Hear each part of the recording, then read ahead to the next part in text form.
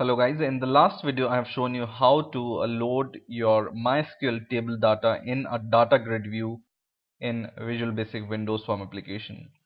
So as soon as your form loads, your data which is there in the table, which is this table in the MySQL database, is loaded in this data grid view control.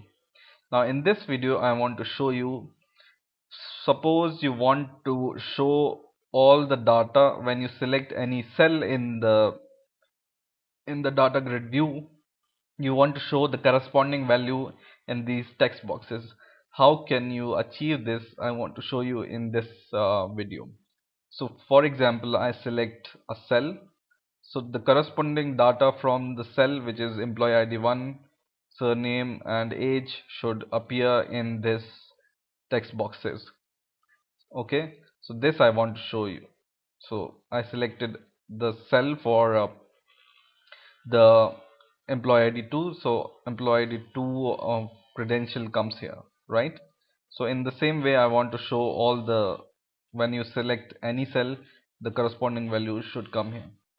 So how can we achieve it? Let's see. So what you need to do first is you just select your data grid view. So if you don't know how to load the data grid view from the database, just watch the last video. So just select your data grid view and double click it, and in here you need to write this code. So what this code is doing, first of all I have written, or I have declared a if condition. So just write if e. So where this e comes from, this e is a variable which is this e, byval e as system.windows.form.data grid view cell event arg, right? So this e is this variable e. So just write if e dot row index is greater than or equal to 0, then, and just finish your and if condition. So just write this if condition, and in this if condition just declare a variable. So I have declared a variable row as data grid view row. So this is an instance of data grid view row, and just copy this row here is equal to me dot data grid view name. So this is the name of your data grid view, which is data grid view 1 in my case, dot rows, and in the bracket just write e dot row index. Okay, and then what I'm doing next is I'm copying the name of my text boxes in which I want to show the values.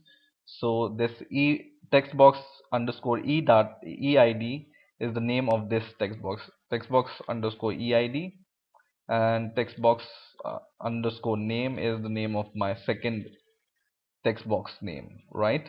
So in this way I'm copying all the text box names. Dot text is equal to row dot cells, and in the bracket I'm writing the title of my column. I will show you in a moment what this is. Dot value dot toString. So just write this line, and in the same way just write these lines for the other text boxes. Now what is this eid? This eid is the title of your column. So eid for the title of my first column, see here, name is the title of my second column, surname is the title of my third column, which is this, and age is the title of my fourth column, which is this one, right? So this is that text or title of the column. So just write this for all the text boxes, and your code is done. Just write this code, and when you run the program, and once again when you click somewhere some cell, the values will appear here, corresponding values to the cell, right?